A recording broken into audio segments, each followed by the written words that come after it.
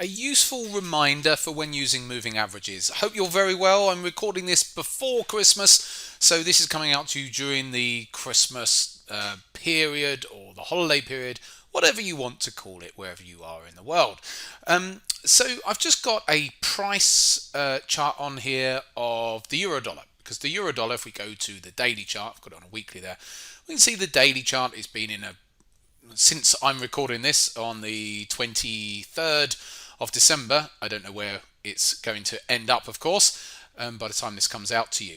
But let's take this to a weekly chart, because sometimes there are ways that we can use moving averages, so many different ways we can use moving averages, but sometimes it's just a good reminder to not take everything off. We've done videos whereby we take everything off and we look at support and resistance and channels and stuff, and that's great. But what about doing it the opposite way and actually taking price off? So it can be a really good reminder to you when you take price off your chart, when you just see moving averages, it gives you a reminder of the overall direction or trend, as we call it. So for example, at the moment we can see on the weekly time frame here, we've it's very much in a downwards trend. The 50, which is my black moving average, is pointing down.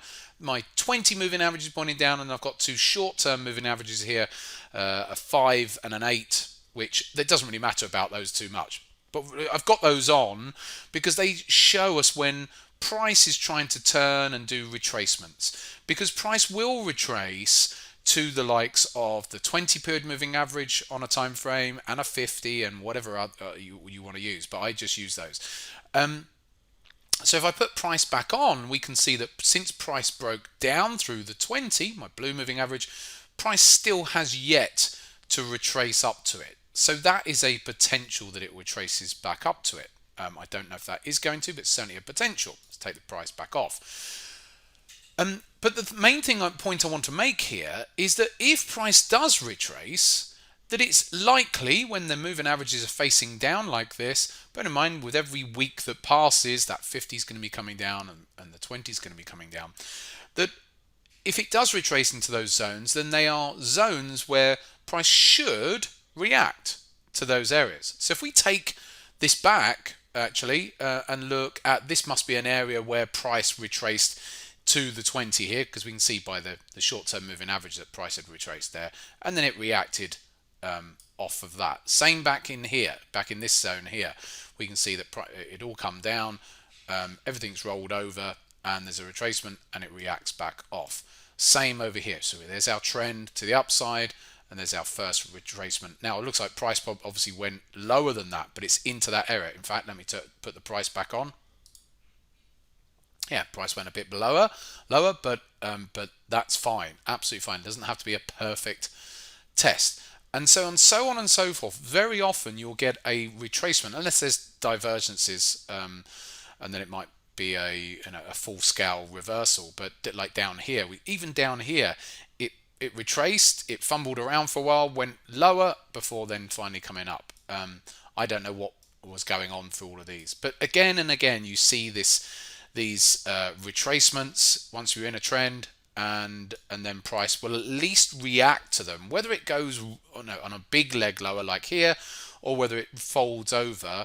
It's just a good reminder. There, see this one here, we can see that price must have had a reaction back down, but we can see that by the short-term moving averages, but then it must have shot back up again. So, but most of the time when we get these retracements, when you get a trend like this one, failed, complete failure there, but most of the time when you're in a trend, you're better off looking at those retracements and saying, right, we may well be getting some form of price reversal into those moving average zones.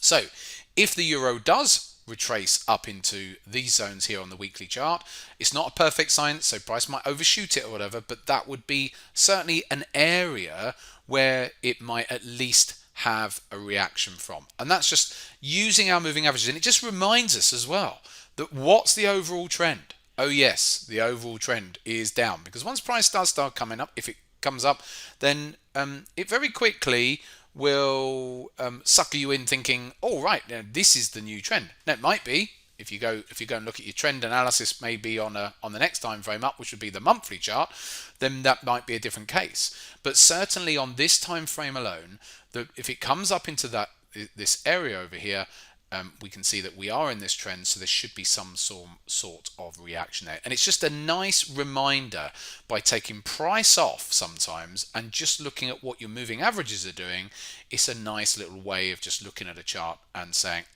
yes, here's my reminder. If it does retrace up, do I want to short up there? Or if I am long, do I want to bank some profits off any longs? Etc, etc. There you go, little tip for you this week. Hope you're very well, and I'll be back in touch soon.